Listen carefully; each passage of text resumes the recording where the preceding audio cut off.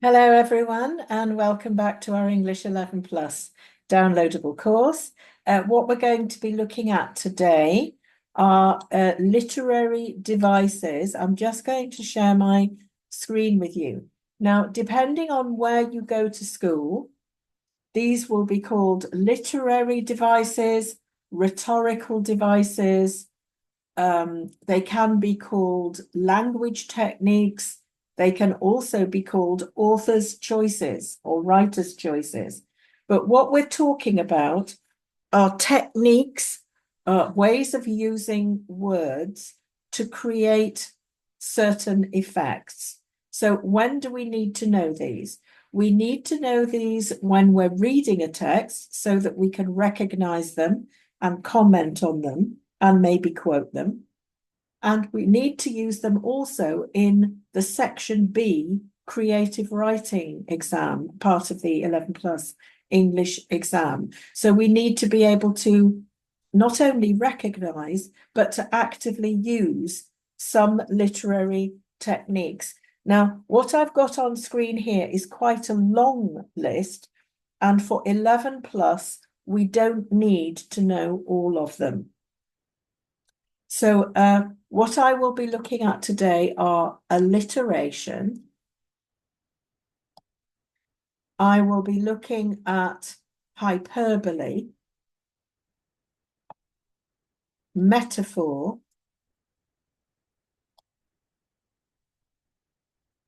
personification,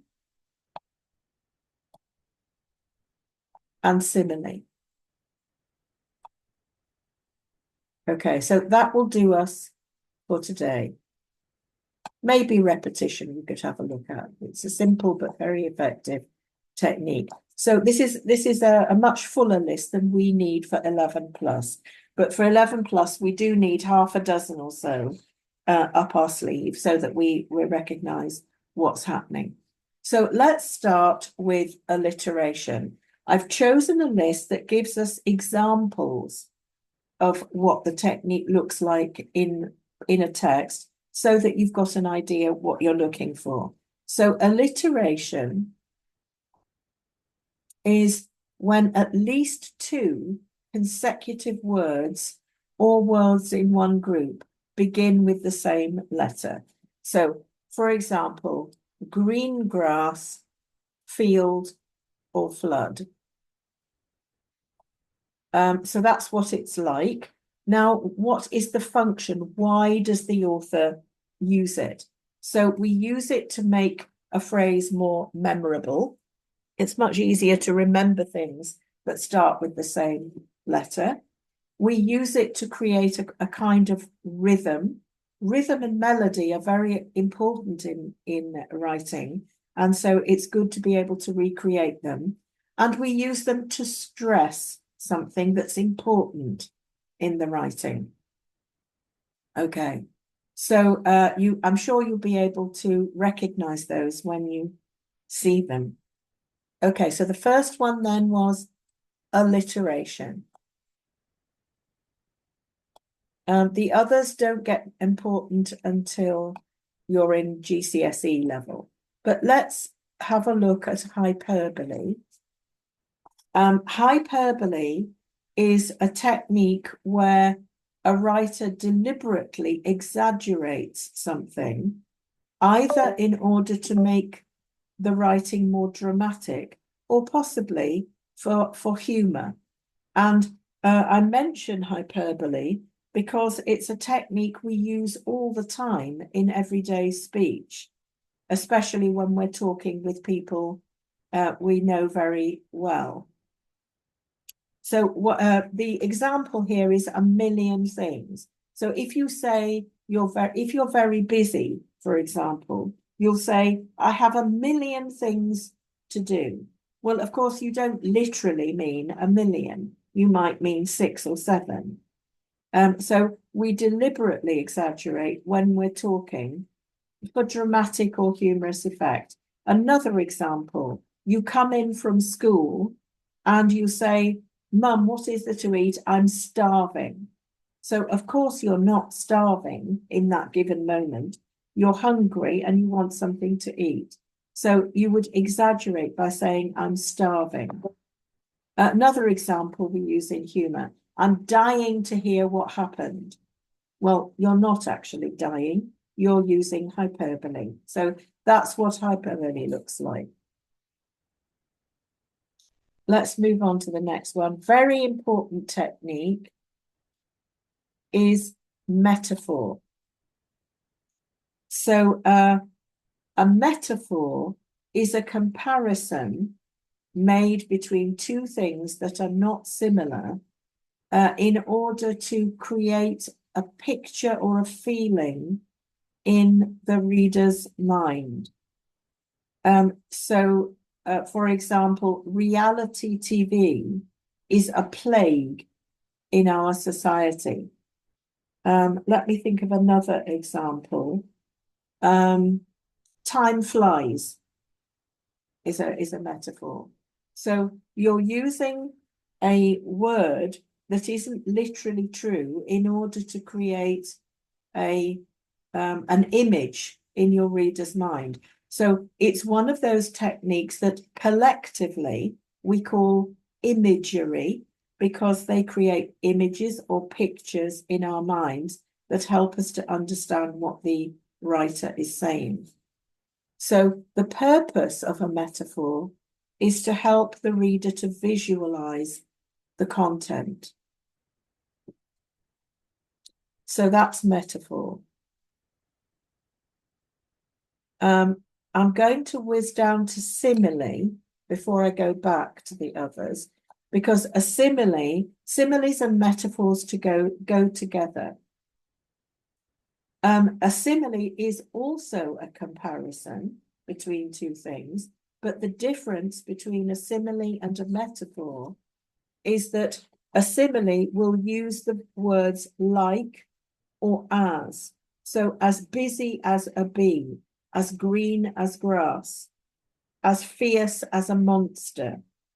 So the difference is in the wording, and not, but they're both simile and metaphor are comparisons. Okay, so if I give you an example of the difference between the two, if I wanted to say, my mother-in-law is a monster, that's a metaphor, because I'm saying she is that, not she's like that. But a simile would be, my mother-in-law is like a monster, or as fierce as a monster. So in a simile, you're always going to be looking for those words like or as, like or as, like or as. In a metaphor, you will just have the noun, my mother-in-law, the verb, and then the comparison.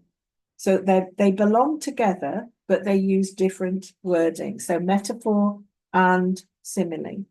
And the last one I'd like to look at today is personification. So personification, like simile and metaphor, belongs to the group of techniques called imagery. And it's when you give a human quality to something that isn't human, to add feeling and vividness to the description. So the example given here is, the thunder grumbled like an old man. So of course thunder can't grumble because it's not a person, but it's using the word grumble to describe that kind of thunder where it's going on in the background for quite a while, but it's not very loud.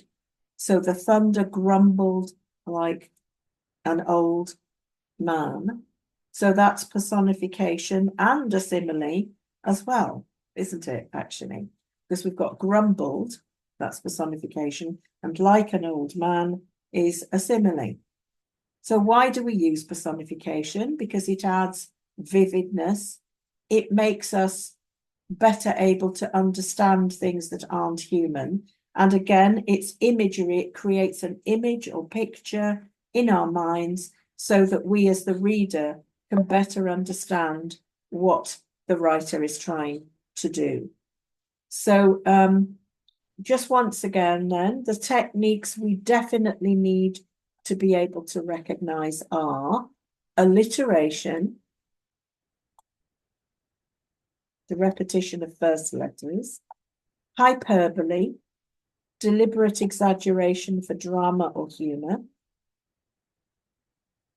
metaphor, comparison with something to visualize the content. So reality TV is a play. Personification, when we give human attributes to something that isn't human to create an image or a powerful emotional response. And simile, again, a comparison like a metaphor, only with simile we have like or as in the phrase, and in metaphor we don't. Before we finish, just let me look at repetition.